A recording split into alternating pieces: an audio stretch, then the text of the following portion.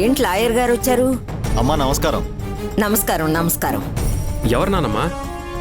నీకోసం లాయర్ గారు వచ్చారు మనవడా. నమస్తే సార్. నమస్తే. నా పేరు గణేష్, లాయర్ ప్రవీణ్ గారి అసిస్టెంట్ని. ఓ అలాగా. ఏంటి ఇలా వచ్చారు? ప్రవీణ్ గారు బిజీగా ఉన్నారా? నేను 2-3 సార్లు ఫోన్ చేశాను, తీలేదు. అవును సార్, సార్ ఒక కేసు విషయంలో ఢిల్లీ వెళ్ళారు, అందుకే మీ దగ్గరికి నన్ను పంపించారు. లాయర్ వచ్చాడేంటి? రాజా మోహన్ మీద వేసిన కేసు తీర్పు వచ్చిందా ఏంటి? అమ్మా లాయర్ గారు వచ్చారు కదా, చెప్పేదాకా వెయిట్ చేయి. ఏంటమ్మా? ఏం లేదు మనవడా, మీ అన్నయ్యను కలవడానికి లాయర్ గారు వచ్చారు. ఓహో, చెప్పండి లాయర్ గారు, ఇంతకీ మీరు వచ్చిన పనేంటి? ఈరోజు కోర్టు ఫైనల్ జడ్జిమెంట్ సార్.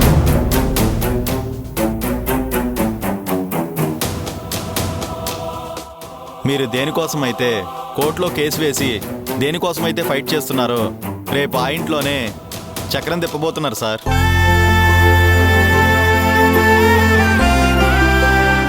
అలా చూస్తారేంటి రాజా గారు, మీరు కేసు గెలిచి ఇంటిని దక్కించుకున్నారు.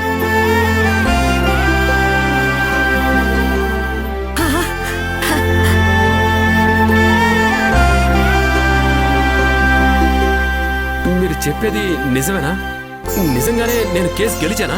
అవును రాజా గారు, కావాలంటే చూడండి, మీకు చూపించమని ప్రవీణ్ గారు కాపీ కూడా పంపించారు. ఇదిగోండి చూడండి.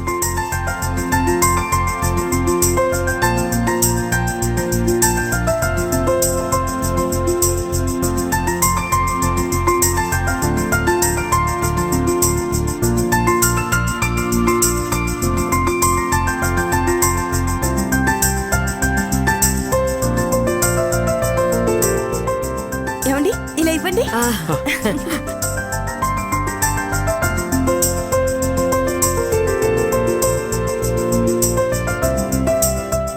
ఇప్పటికైనా నమ్ముతారండి?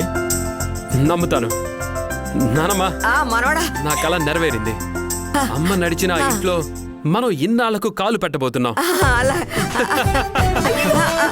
రే రే మనవడా మనవడా, జయమ్మా కళ్ళు తిరిగి పడిపోతావు.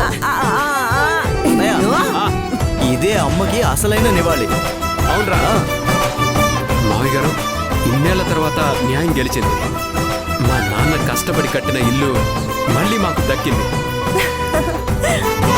అనుగుణంగా రాజశేఖర్ తరఫున లాయర్ ప్రవేశపెట్టిన సాక్ష్యాలు పరిశీలించి ఇవాళ కోర్టు తీర్పునిచ్చింది. కాబట్టి ఆ ఇల్లు సత్యనారాయణ గారికి అప్పగించాల్సిందిగా కోర్టు పోలీసులను ఆదేశించింది. సారీ మోహన్ రావు గారు.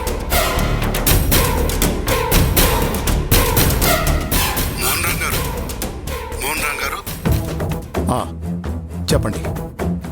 చెప్పడానికి ఇంకేం లేదండి. కోర్టు జడ్జిమెంట్ కాపీ మీకు పంపిస్తాను. ఉంటానండి.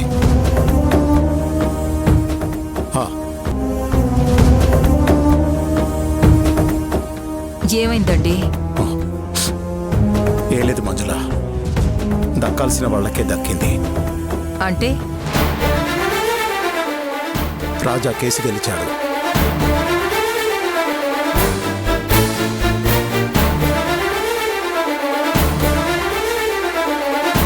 డాడీ, చిన్నప్పుడు స్కూల్లో మా టీచర్ ఒక మాట చెప్పేది డాడీ. ఎన్ని యుద్ధాలు చేసినా, వంచనతో ఎన్ని కుయుక్తులు పన్నినా చివరికి ధర్మం గెలుస్తుందని చెప్పింది. దానికి అర్థం నాకు ఇప్పుడు తెలుస్తోంది డాడీ.